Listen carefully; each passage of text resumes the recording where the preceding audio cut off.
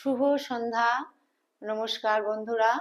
পবিত্র রাসলীলার পূর্ণ সন্ধ্যায় মায়ের গৃহ মন্দিরে আপনাদের সবাইকে স্বাগত জানাই। বড়দেরকে জানাই আমার ভক্তিপূর্ণ প্রণাম, ছোটদেরকে জানাই প্রাণ ভরা ভালোবাসা, আন্তরিক শুভেচ্ছা।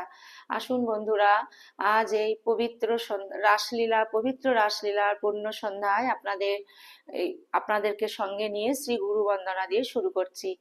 গুরুর ব্রহ্মা গুরুর বিষ্ণু গুরুর্দেব মহেশ্বরা গুরুরেব পরম ব্রহ্ম তস্मै শ্রী গুরবে নমঃ। অখণ্ডমণ্ডলাকারং ব্যক্তং येन চরাচরং তৎপদং দর্শিতং येन তস্मै শ্রী গুরবে নমঃ।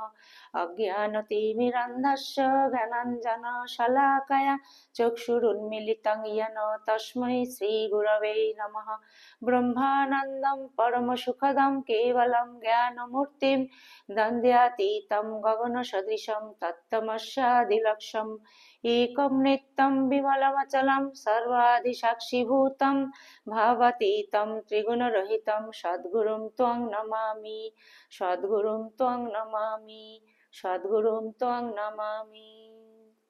জয় গুরুদেব। গুরু পরম্পরায় সকল পূজ্যপদ সদ্গুরুর শ্রীপাদ পদ্মে পবিত্র রাসলীলার পূর্ণ সন্ধ্যায় আমার অনন্ত অভূমি লুণ্ঠিত প্রণাম, অন্তরের অন্তঃস্থলের ভালোবাসা, শ্রদ্ধাঞ্জলি, ভক্তি পুষ্পাঞ্জলি অর্পণ করিয়া আজকে আমি কথামৃত পাঠে প্রবেশ করছি।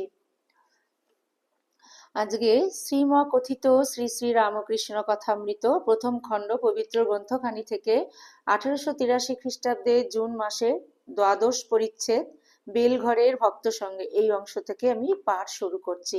প্লিজ বন্ধুরা, আপনারা শেষ অবধি সঙ্গে থাকবেন।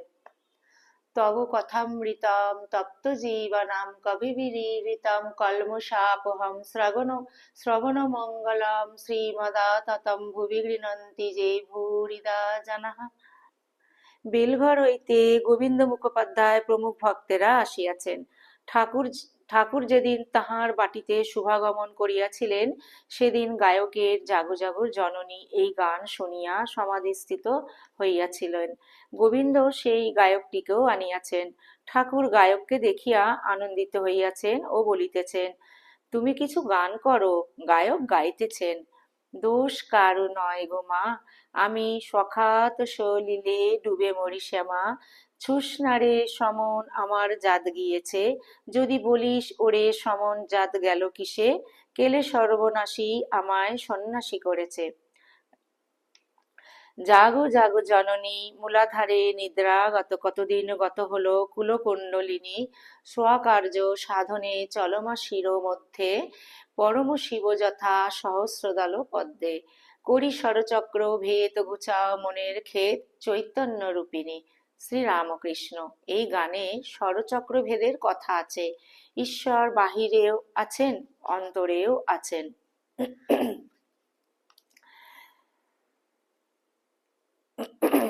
তিনি ভিতরে থেকে মনের নানা অবস্থা করছেন।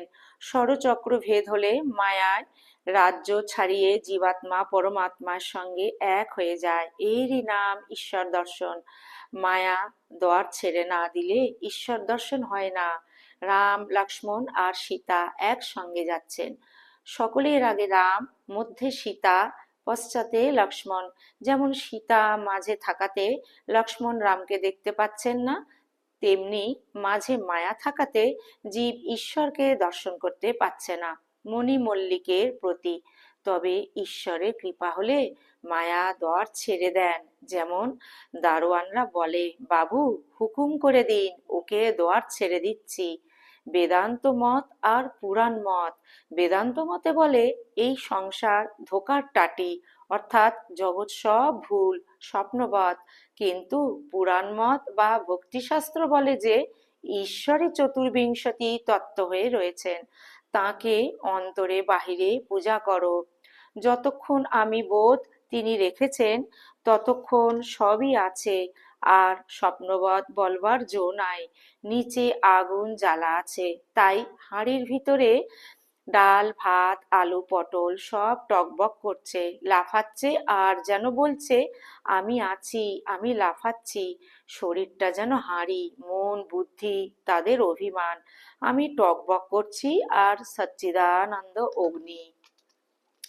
তাই ভক্তিশাস্ত্রে এই সংসারকেই মায়ার মজার কুটির বলেছে।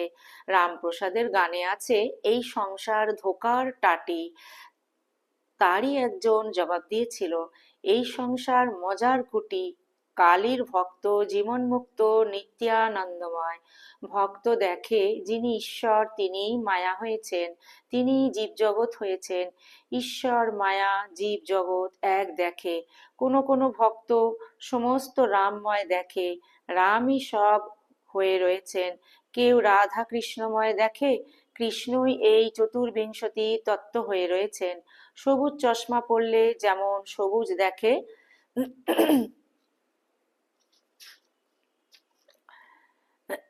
তবে ভক্তিমতে শক্তি বিশেষ, রামই সব হয়ে রয়েছেন।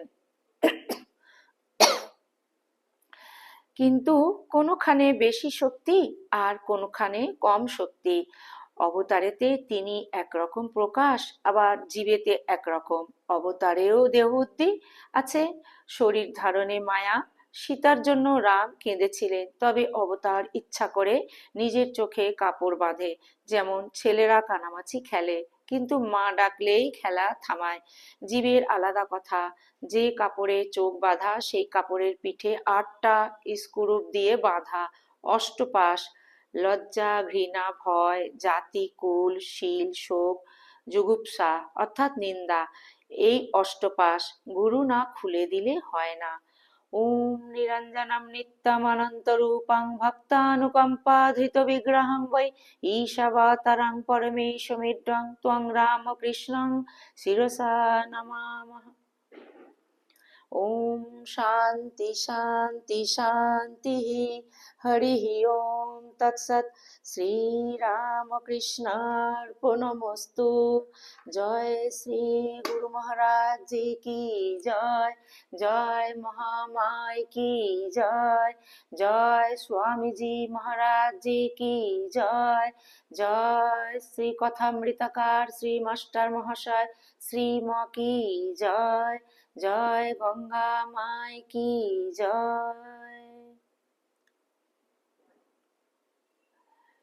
বন্ধুরা, রাসলীলার পুণ্য সন্ধ্যায় শ্রীমকথিত শ্রী শ্রী রামকৃষ্ণ কথামৃতের অনুধ্যান আজ এই পর্যন্ত। ঠাকুরের চরণে প্রার্থনা জানাই, ঠাকুর তার জগৎ সংসারের অশেষ কল্যাণ করুন। ঠাকুরের কৃপা করুণা দয়া তার সকল সন্তানের উপরে অজর ধারায় যেন বর্ষিত হোক। আমাদের সকলকে ঠাকুর যেন জ্ঞান ভক্তি বিবেক বৈরাগ্য দান প্রদান করেন।